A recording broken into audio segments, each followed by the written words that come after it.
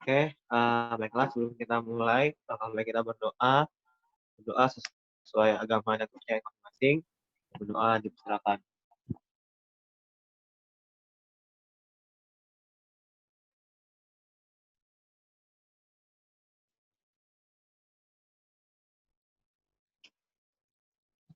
Berdoa dicukupkan. Oke, sekarang kita akan ngebahas soal UTS 2 tahun 2019. Nah, yang pertama dari nomor satu dulu ya. Nanti aku share filenya ini ke multi-chat. Sekarang kita bahas bareng-bareng dulu. Nah, udah aku jawabin biar lebih gampang nanti ngejelasinnya dan biar lebih efisien aja waktunya. Nah, yang pertama di sini ada dua jenis cairan A dan B. Nah, memiliki volume molar berturut-turut adalah 188,2 cm pangkat 3 per mol dan 176,14. Suatu larutan yang terdiri dari cairan A dan B tersebut mempunyai fraksi mol A sebesar 0,3713. Hitung volume larutan untuk 1 kg massa 1 kg massa larutan untuk kepotong ya. Nah, di soal ini ada ralat waktu dikerjain itu ada MRA sama MRB yang belum dikasih tahu. Nah, di sini aku tulis MRA sama dengan sekian dan MRB sama dengan sekian. Nah, seperti yang teman-teman tahu bahwa volume larutan itu secara total itu sama dengan volume satu zat. Misalkan di sini kita sebut zat A ya. Volume total sama dengan volume molar zat A dikali jumlah mol A-nya ditambah volume molar B dikali jumlah mol B-nya. Itu adalah volume total. Karena definisi volume molar parsial itu adalah perubahan volume yang diakibatkan oleh penambahan 1 mol dari suatu zat pada suatu larutan yang memiliki volume yang besar. Jadi definisi volume molar parsial seperti itu. Nah, di sini berarti tugas kita adalah mencari jumlah dari mol A dan juga mol B. Kenapa? Karena volume molar parsial A sudah diketahui dan juga volume molar parsial B juga telah diketahui. Maka dari itu, tugas kita sekarang adalah mencari jumlah mol A dan juga jumlah mol B. Nah, oke. Oke. Oh iya, kalau misalkan suaraku nggak kedengeran atau putus-putus, langsung chat di komen aja ya, di kolom chat. Karena jaringannya mungkin nggak stabil. Oke. Nah, di soal ini dikasih tahu bahwa fraksi mol A sama dengan 0,3713. Nah, dikasih tahu juga bahwa massa larutan total itu sebanyak 1000 gram. Nah, kan kita tahu nih, kalau dalam larutan itu kan pasti ada dua komponen kan, kalau di soal ini ada A dan ada B. Ya udah, berarti massa total larutan itu sama dengan massa A dan juga massa B. Seperti itu. Maka kita bisa tuliskan 1 kilogram atau 1000 gram, ini dalam gram ya, 1000 gram itu sama dengan MA tambah MB. Nah, kita tahu juga bahwa XA atau fraksi mol A itu sama dengan mol A per mol total. Nih, mol A per mol total. Nah, kita tahu bahwa mol A itu sama dengan massa A dibagi MRA. Nah, sedangkan mol B sama dengan massa B dibagi MRB. Nah, setelah kita tuliskan seperti ini dan kita operasikan secara matematika, kita dapatkan seperti ini. Jadi dikali silang bahasa matematikanya. Ini ke sini, ini ke sini juga dikali silang. Nah, dapatkan seperti ini. Kemudian kita kurangi nih. Ini kan 1 dikurangi 0,3713. Dapatnya 0,6287. Nah, kenapa boleh dikurangi? Karena penyebutnya udah sama. Makanya kita boleh mengurangi pembilangnya. Seperti itu. Nah, kemudian karena masih dalam bentuk pecahan, kita kalikan konstanta penyebut untuk bisa menghilangkan penyebutnya. Sehingga didapatkan seperti ini. Nah, kita substitusikan MB sama dengan 1000 dikurangi MA. Didapatkan massa MB sama dengan 581,58 dan MA sama dengan 418,42. Udah nih, kita udah nemu massa A dan massa B. Sekarang kita cari mol A dan juga mol B. Mol A sama dengan massa A per MRA dan mol B sama dengan massa B per MRB. Kita dapatkan mol A-nya 1,735, mol B-nya 2,94. Ya udah, kita udah punya volume molar A, udah punya volume molar B, udah punya mol A, udah punya mol B. Ya udah, kita tinggal cari volume total. Volume total sama dengan volume molar A dikali mol A ditambah volume molar B dikali mol B. Kita dapatkan volume larutan sama dengan sekian. MR-nya ini waktu hari H ujian diralat. Nah, waktu itu temanku kan fotoin soalnya yang lengkapnya, soal ujian yang ada ralat MR-nya. Nah, itu aku tuliskan di sini. Jadi di soalnya nggak ditulis, tapi waktu itu dikasih tahu secara lisan sama Bu Lupna sama Bu Sintianya. Nah, karena waktu ngerjain kalau nggak ada MR kita nggak bisa dapat jawabannya nanti harus pakai MR. Oke, ada lagi yang mau bertanya sampai sini tentang volume molar atau volume larutan?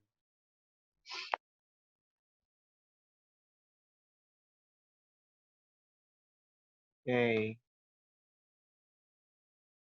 oke, nggak ada yang bertanya lagi. Kalau ada yang masih bingung atau ngerasa kecepatan, boleh open mic atau boleh klik di kolom chat. Oke, intinya nggak ada ya. Ya, kita lanjut ke soal nomor 2.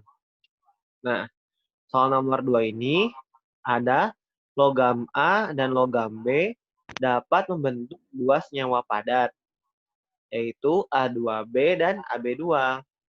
Logam A meleleh pada 650 derajat Celcius dan B meleleh pada 1200 derajat Celcius. Ini aku tulis logam A meleleh pada 650 derajat dan B pada 1200 derajat Celcius. Nah, itu artinya pada saat komposisinya itu murni ya, maksudnya.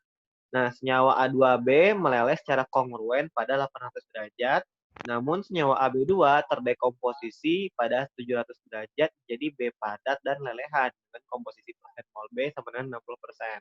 Komposisi eutektik terdapat pada 10% mol B dengan titik leleh 500 derajat Celcius dan pada 50% mol B dengan titik leleh 625 derajat Celcius. Tidak terbentuk larutan padat pada sistem tersebut. Nah, ini harus perlu diperhatikan ya. Tidak terbentuk larutan padat pada sistem tersebut di atas. Nah, sekarang gambarkan diagram fasa sistem solid-solid pada penjelasan tersebut. Oke, nah di sini kan kita udah ngumpulin datanya ya, ada ngumpulin titik leleh A-nya, titik leleh B murninya, terus kita ngumpulin titik leleh dari si A2B secara kongruen, kemudian titik leleh AB2 secara tak kongruen, terus titik eutetik pertama dan juga titik eutetik kedua. Nah, biar mungkin teman-teman mungkin bingung kali ya, ini kan terlalu panjang narasinya. Nah, tips dari aku, pertama teman-teman gambar dulu nih diagram fasanya. Gambar si kotaknya dulu ini, terus teman-teman bikin apa namanya legendanya atau bikin titik-titiknya. Kan sumbu y ini kan T ya, sedangkan sumbu x-nya kalau di sini kan disoalkan dia bilangnya dalam persen mol, berarti sumbu x-nya adalah persen mol. Nah sekarang tinggal teman-teman enaknya lihatnya seperti apa. Kalau aku pribadi suka lihat yang kiri lebih kecil, yang kanan lebih besar. Jadi yang kiri lebih bawah, yang kanan lebih tinggi. Itu aku pribadi. Kalau aku lebih suka seperti itu. Jadi yang kirinya lebih rendah, yang kanannya lebih tinggi. Jadi yang A-nya di kiri, B-nya di kanan. Kalau teman-teman mau yang B-nya di kiri, boleh-boleh aja. Itu terserah teman-teman. Itu kayak apa ya namanya? Kesukaan teman-teman sendiri.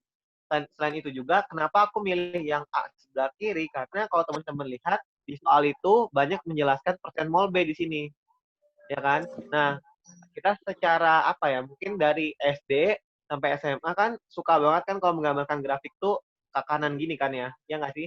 Jarang banget kita gambarin grafik ke kiri misalnya kayak gini. Nah maka dari itu kalau aku pribadi karena di soalnya itu udah menjelaskan dalam bentuk persen mol B, maka aku lebih suka membuat B menjadi sebelah kanan seperti itu. Jadi lebih enak aja gambarnya. Tapi kalau misalkan teman-teman mau yang sebelah kiri itu baik lagi terserah teman-teman nggak apa-apa. Nah kalau aku seperti ini. Nah ya udah sekarang kita tinggal menghubungkan titiknya aja. Yang pertama pada saat 650 derajat si A ini meleleh. Berarti kita aku lingkarin merah sini ya. Nah ini adalah bagian A. Kemudian bagian B pada 1200 derajat. Nah, kemudian A2B ini, kalau senyawa A2B, A2B, berarti di sini persen mol, ingat ya, persen mol B itu sama dengan 33,3%. Kenapa? Karena kalau teman-teman lihat, pada senyawa A2B, kita kalau dipisahkan ada 2 mol A 1/3. dan 1 mol B. Ada 1 mol B. Maka XB-nya atau fraksi mol B-nya itu adalah 1/1 tambah 2 kali 100%. Maka 33,3%. Nah, sekarang kita bikin. Makanya saran aku ini kan aku nggak pakai penggaris ya teman-teman, barbar kan gambar aku. Nah, kalau misalkan nanti teman-teman ujian pakai penggaris ya biar lebih rapi. Nah, ini aku kira-kira aja sedikit di sini. Nah, 33,3 di situ. Nah, ternyata si A2B ini meleleh secara kongruen pada 800 derajat Celcius. Kita hubungkan dengan 800 derajat Celcius di sini. Ingat teman-teman, kalau bentuk kongruen itu seperti ini.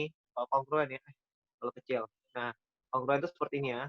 Jadi misalkan dia naik, turun, misalnya kayak seperti inilah. Nah, ini kongruen. Jadi dia punya titik puncak di sini. Karena merupakan gabungan antara dua diagram fasa. Ya, seperti itulah. Itu ya. Jadi harus hati-hati membaca apakah dia meleleh secara kongruen atau tidak kongruen. Nah, sebenarnya definisinya apa sih? Nah, kalau kongruen itu maksudnya adalah si senyawa itu dia stabil dan juga dapat meleleh menjadi bentuk cairannya. Jadi misalkan kalau reaksinya itu A2B solid menjadi A2B liquid dalam jumlah yang sama. Makanya dia meleleh secara kongruen. Ya, jadi pada saat di titik tersebut si A2B ini nggak membentuk senyawa lain, tapi dia membentuk lelehan dari dirinya sendiri. Baik nggak sampai sini? Jadi pada saat di titik leleh kongruen itu, suatu padatannya itu meleleh membentuk cairannya, cairan dari dirinya sendiri. Sedangkan kalau misalkan tak kongruen, si padatan itu berubah menjadi cairannya plus menjadi padatan lain. Kebayang nggak bedanya? Kan bedanya kalau misalkan dia meleleh secara kongruen, si A2B ini padatan menjadi A2B lelehan. Sedangkan kalau misalkan dia tak kongruen, maka A2B solid menjadi lelehannya plus nyawa lain. Seperti itu. Jadi itu definisi perbedaan antara yang kongruen sama yang tidak kongruen. Makanya kalau misalkan yang kongruen, dia memiliki titik puncak di sini karena dia memiliki komposisi murni dan bisa berubah menjadi lelehannya seperti itu tanpa merubah bentuk ke dalam senyawa lain. Nah, makanya di sini ada garis sebelah kanannya. Simetris lah istilahnya kalau secara gampang yang kita lihat. Nah, seperti itu. Oke. Nah, kemudian ini aku tandain biru ya kalau yang kongruen. Nah, sekarang kemudian kita tandain lagi nih di definisi soal bahwa AB2 itu pada saat 700 derajat dia meleleh secara tak kongruen. Nah, sekarang kalau misalkan ini kan tadi A2B ya. Sekarang kalau misalkan AB2 nih, AB2 berarti dia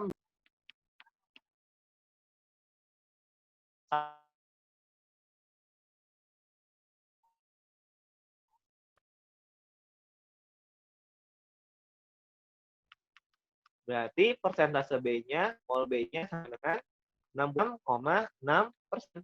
Ya aku kira-kira di sinilah, misalkan di sini nih, hijau. Nah, pada saat 700 derajat, teman-teman hubungkan 200 derajat. Nah, sekarang kita lihat di soal lagi nih, hapus ya biar nggak pusing.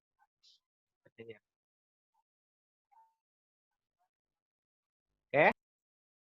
AB2, AB2 terdekomposisi menjadi 700 derajat menjadi B padat dan lelehan dengan komposisi persen mol 60%. Sorry, yang ini, yang penjelasan di soal ini, ya, yang aku garis hijau.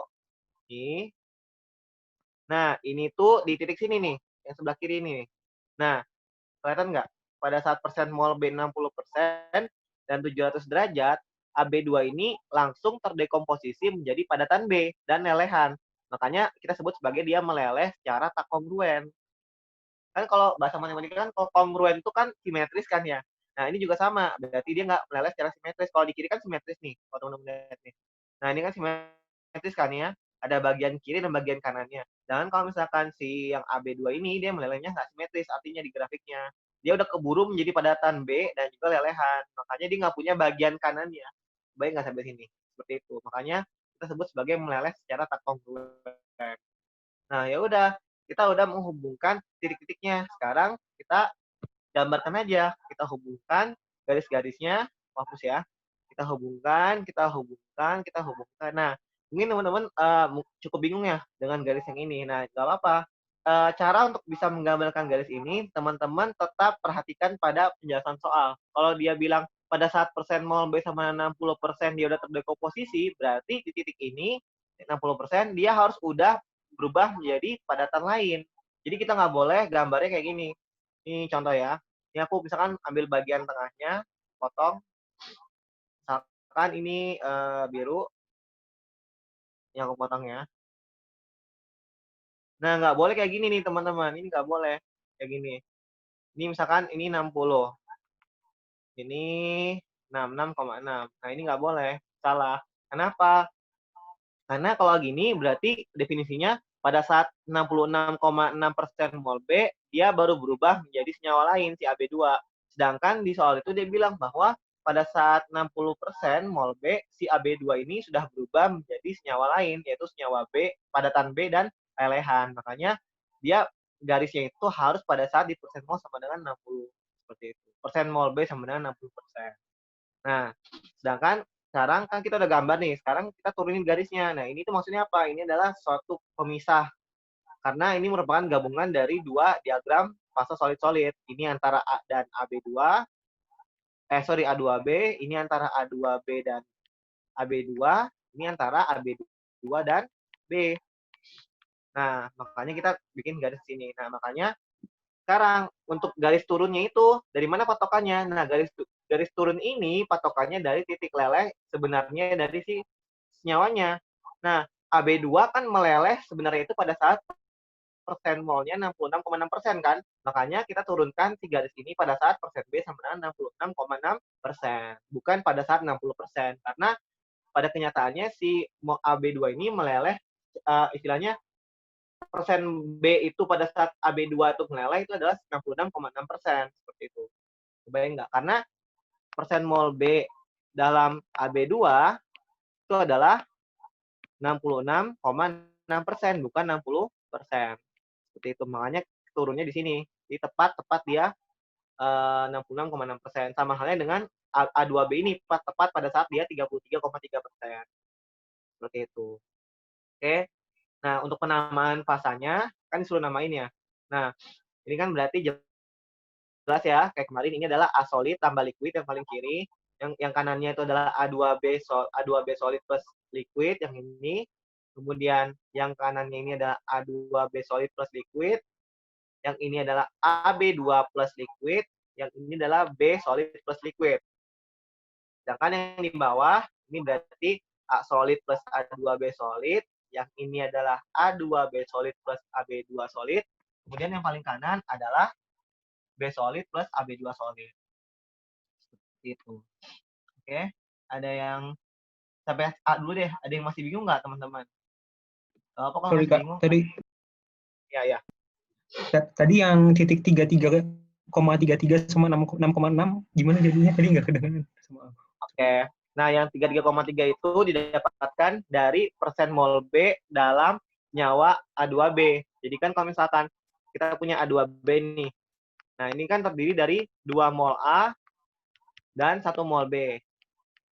Berarti persen mol B-nya itu adalah 1 dibagi 1 plus 2 dikali 100%.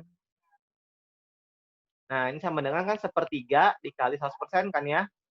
Nah, sama dengan 33,3%. Itu. Bayang nggak, Ariel? Sedangkan kalau yang A2B itu Nah, dia berarti kan kalau AB2 itu kan berarti AB 2 itu kan berarti kebalikannya kan ya. 1 mol A ditambah 2 mol B. Berarti persen mol B-nya pada AB2 murni, ingat ya. Persen mol B pada AB2 murni itu berarti adalah 2 mol per 2 plus 1 dikali 100%. Berarti 2 per 3 dikali 100% sama dengan 66,6%. Jadi di titik-titik puncak ini yang garis pembelah ini nih, ini kan adalah saat dia menjadi murni kan teman-teman ya. Ya kan? Kalau teman-teman belajar kan kalau misalnya kemarin kan kalau aku gambar nih kalau misalnya diagram fasa ya, ini misalkan ada dua nih kayak kemarin nih. Ini misalkan antara A dan AB. Ini AB dan B. Nah, ini kan misalkan seperti ini. Set, set, ini seperti ini. Misalkan ya. Nah, berarti kalau misalnya kita gabung ini kan misalnya AB ya. Ini AB, ini B. Kalau ini kita gabung, bisa kita tuliskan seperti ini. Set, set. Nah, ini pada saat 50%. Nah, kebayang nggak maksudnya?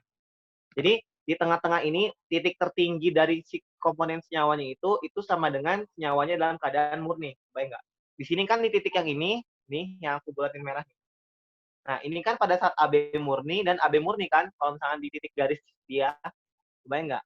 Nah, itu berarti kalau kita hubungkan di titik yang ini, yang aku lingkarin merah, itu sama dengan dia di tengah-tengah sini. Nah, makanya pada saat tengah-tengah sini itu merupakan tempat di mana senyawa tersebut memiliki kemurnian yang paling tinggi, 100%. Atau dia merupakan senyawa murni istilahnya.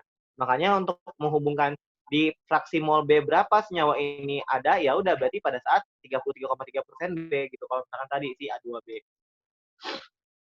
Bayang nggak sampai sini ada penjelasannya? Atau mungkin yang lainnya? Kalau bingung? Sudah kebayang sih Kak, makasih ya. Oke, nah gitu. Oke, ada lagi yang mau tanya? Kak, Apa mau kamu? nanya. Ya, boleh, boleh. Kalau misalkan AB2-nya itu kongruen, berarti ini ya, apa eh, yang di kanan itu kebagi dua gitu kan, kayak yang kongruen itu. Oke. Kalau misalkan ya ini misal doang ya. Kalau Iya. AB2-nya kongruen, ini aku kira-kira doang ya. Berarti kayak gini lah gambarnya harusnya ya. Set. Aduh jelek banget. Ya udahlah, bentar ya. Jelek banget tapi ya udah guys kayak gini. Nah, kayak gini nanti. Nah, kebayang nggak? Nah, ini kalau misalkan si Iya. AB2-nya meleleh secara kongruen. Ini contoh aja ya. Gitu. Pokoknya berarti di atas B solid plus AB2 solid itu ada AB2 solid plus liquid juga gitu kan ya? Yang ini ya. Heeh. Ini Iya, AB2 berarti. solid plus liquid. Ya. Oh, Ini juga sama iya. yang kirinya. Oh iya, iya. Oke Kak, Oke. thank you. Ada lagi? Ada yang nanya deh. Aku udah hapus, sorry. Kepencet. Nah, kalau terdekomposisi itu selalu, ya, kalau terdekomposisi itu selalu tak kongruen karena namanya terdekomposisi, apalagi kalau dia ngomong terdekomposisi menjadi sesuatu bentuk lain. Kan ini kan jelas banget ya dia ngomong terdekomposisi menjadi B padat dan lelehan. Berarti kan kalau kita tulis reaksinya kan AB2 solid menjadi B solid plus lelehan. Nah, ini disebut sebagai reaksi peritektik. Pernah dikasih tahu nggak ya? Peritektik. Nah, titik leleh pada saat reaksi ini disebut sebagai titik leleh tak kongruen. Karena si AB2 ini dia menjadi senyawa lain atau padatan lain yaitu B solid seperti itu. Kan kalau aslinya kan kita mengekspek kalau misalkan dia secara kongruen itu kan harusnya AB2 solid menjadi AB2 liquid. Nah, ini meleleh secara kongruen seperti itu. Bayang nggak? Sebelum dia private nggak ya?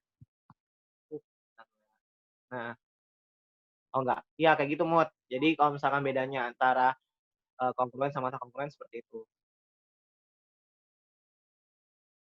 Oke. Udah jelas belum atau masih bingung? perbedaannya. Oke, sip. Ada lagi yang mau bertanya? Oke. Nggak apa-apa kalau masih bingung atau masih bingung nentuin grafiknya, nggak apa-apa tanya aja. Oke ya. Oke, mungkin sambil jalan aja. Nah, yang B sekarang nih. Tentukan jumlah fasa dan derajat kebebasan tiap daerah. Nah, oke, sekarang ini berantakan banget, maaf ya teman-teman. Nah, sekarang untuk yang paling kiri nih, aku tulis dia biar nggak berantakan. Nah, yang ini fasanya P sama dengan 2. Ada apa aja? Ada A solid dan liquid. Berarti ada 2 fasa kan? Kemudian yang ini juga fasanya sama dengan 2. Ada A2B solid dan ada liquid. Nah, kemudian di sini ada 2 fasa juga. Ada A2B solid dan liquid. Kemudian di sini juga ada 2 fasa. Ada AB2 solid dan liquid. Kemudian di sini juga ada 2 fasa. Ada B solid plus liquid. Nah, ternyata nggak cuma mereka berlima, ada lagi di bawah sini. Ini juga 2 fasa. Ini ada B solid plus AB2 solid.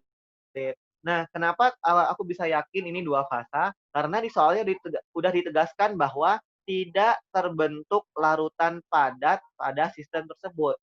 Nah, larutan padat itu apa sih maksudnya? Nah, larutan padat itu adalah misalkan kita punya padatan A dan padatan B. Nah, larutan padat itu merupakan larutan satu fasa antara A dan B. Jadi A dan B ini bercampur membentuk larutan satu fasa yang padat. Contohnya misalkan kayak larutan padat CuNi. Itu kan larutan padat kan, artinya satu fasa. Atau misalkan larutan padat, misalkan Al2O3 Mg2O3, Al2O3 sama In2O3 misalkan. Itu juga satu fasa karena dia saling melarutkan dua-duanya. Sedangkan di soal ini dia jelas banget ngomong bahwa tidak terbentuk larutan padat. Artinya apa? Artinya B solid dan AB2 solid ini tidak saling bercampur atau tidak membentuk larutan. Makanya dia membentuk 2 fasa.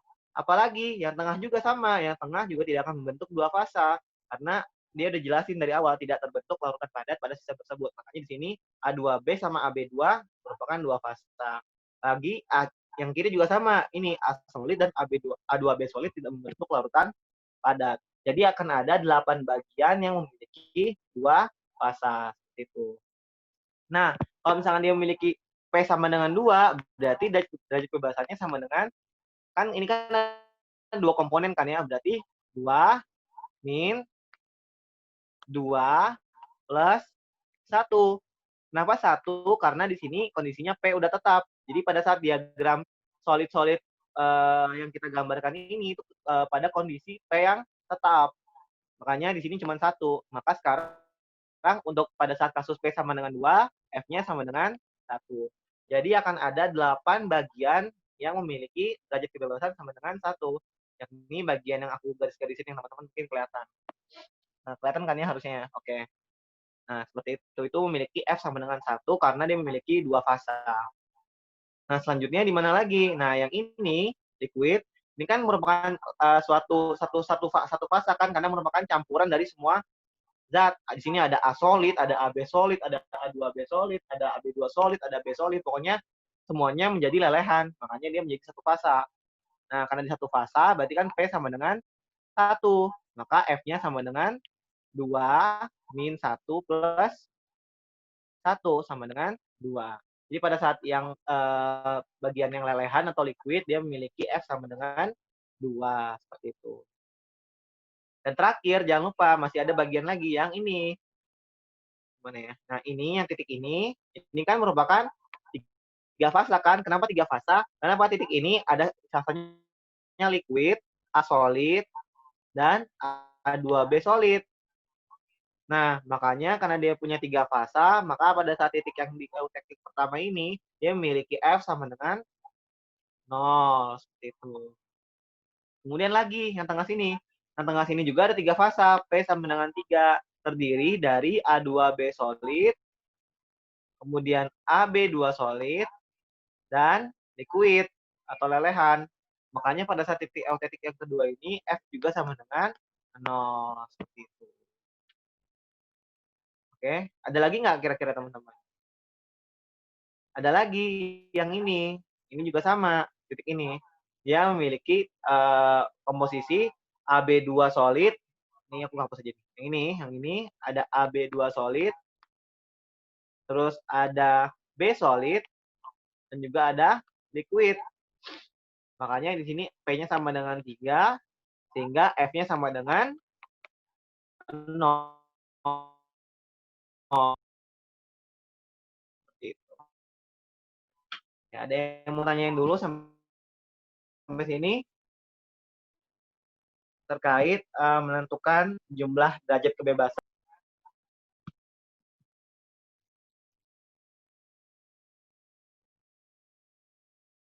Oke. Oke, kalau nggak ada, kita ke soal yang C ya. Nah, karena C panjang, jadi aku biasanya pas tutor aja jelasin. Nah, lelehan yang mengandung 70% mol B didinginkan perlahan-lahan dari 1100 derajat. Ini aku gambar aja. Dari 1100 derajat, inilah ya asumsikan. Nah, dari sampai 400 derajat. Sampai sini berarti. Uraikan tahapan yang terjadi selama pendinginan tersebut dan jelaskan perbandingan jumlah antara fasa-fasa yang ada pada saat temperatur mencapai 400 derajat. Ini harus tepat presisi, tapi ya udahlah. Nah, kalau prosesnya, berarti kalau 1100 derajat itu pertama, itu lelehan biasa ya, lelehan. Kemudian saat suhu diturunkan mencapai titik ini teman-teman di gambar sendiri berapa derajat ini. Nah, di sini, di titik yang kedua ini, nah itu berarti, aduh, nggak jelas ya. Ini aja lah. Ini A2, ini misalkan A1 ya. Nah, di A2 ini berarti terbentuk, jangan merah, salah. Terbentuk B padat. Jadi artinya B mulai memadat pada saat di titik A2. Jadi komposisi B pada saat komposisi B dalam lelehannya mulai sedikit. Kan di sini kan ada campuran kan di lelehannya, ada B padat, ada A padat. Nah, pada saat di titik ini, karena B-nya udah mulai memadat, maka komposisi B pada cairannya mulai berkurang. Karena B-nya udah mulai memadat. Kita turunkan lagi nih sampai sini. Misalkan sini ya, ini misalkan A3. Nah, pada A3, B-nya udah semakin banyak. Jadi, jumlah B semakin banyak. B padat makin banyak. Nah, kemudian pada saat A4 yang ini, nah ini A4 di sini misalkan ya. Nah, ini A4. Nah, di A4 ini sudah terbentuk, di sini adalah A4, terbentuk A, B2 padat, dan B padat makin banyak. Makin banyak. Kemudian di A5, ini A5, maka AB2-nya makin banyak. Jadi AB2 makin banyak yang mengalami pemadatan. Nah, sekarang itu adalah proses tahapan dari A1 sampai A5. Jadi kalau aku ulangi, pada saat A1 masih dalam bentuk lelehan biasa, kemudian pada saat A2 sudah mulai terbentuk padatan B, alias jumlah komposisi B pada lelehannya makin berkurang karena dari lelehan menjadi padatan si B-nya. Nah, kemudian pada saat A3, jumlah B yang memadat makin banyak. Kemudian pada saat A4 ini kan kita lihat nih, dia menyentuh garis ini kan, garis ini. Nah, ini kan ada garis AB2 kan, nah makanya pada saat A4 ini, si AB2-nya mulai memadat. Selanjutnya, pada saat A5, jumlah AB2 yang memadat makin banyak. Seperti itu. Habis ini ada yang mau tanyain dulu mungkin teman-teman? Oke. Iya, enggak. A1 tuh bukan lelehan B, A1 tuh lelehan aja. Jadi lelehan. Nggak ada lelehan B, nggak ada lelehan A. Karena pada saat yang aku hapus ya aja. Pada saat lelehan ini hanya satu fase nih, satu fase. Ya kita nggak apakah itu lelehan apapun. Jadi itu lelehan semuanya. Itu ada lelehan si A, lelehan si B, lelehan si AB2, lelehan si A2B, itu bercampur semuanya. Tuh. Kebayang nggak sampai sini? Jadi pada saat A1 ini kita sebut sebagai lelehan aja, lelehan. Bukan lelehan B. Oke. Nah, oke. Bayang ya untuk A1 sampai A5, teman-teman. Nah, aku hapus ya prosesnya ya. Nah, sekarang ditanya ini. pada saat A5 tadi ini, nah berapa sih perbandingan komposisinya? Nah, aku misalkan sini aja 70% ya, 70, 400. Nah, misalkan di sini ya. Nah, kita tarik garis kanan dan ke kiri. Nah, ingat kita dengan menggunakan lever rule, kalau ke kanan ini kita misalkan ini kan berarti kan kalau ke kanan apa? Ketemunya padatan B kan ya teman-teman ya. Berarti kita sebut ini sebagai LB. Yang kiri kita sebut sebagai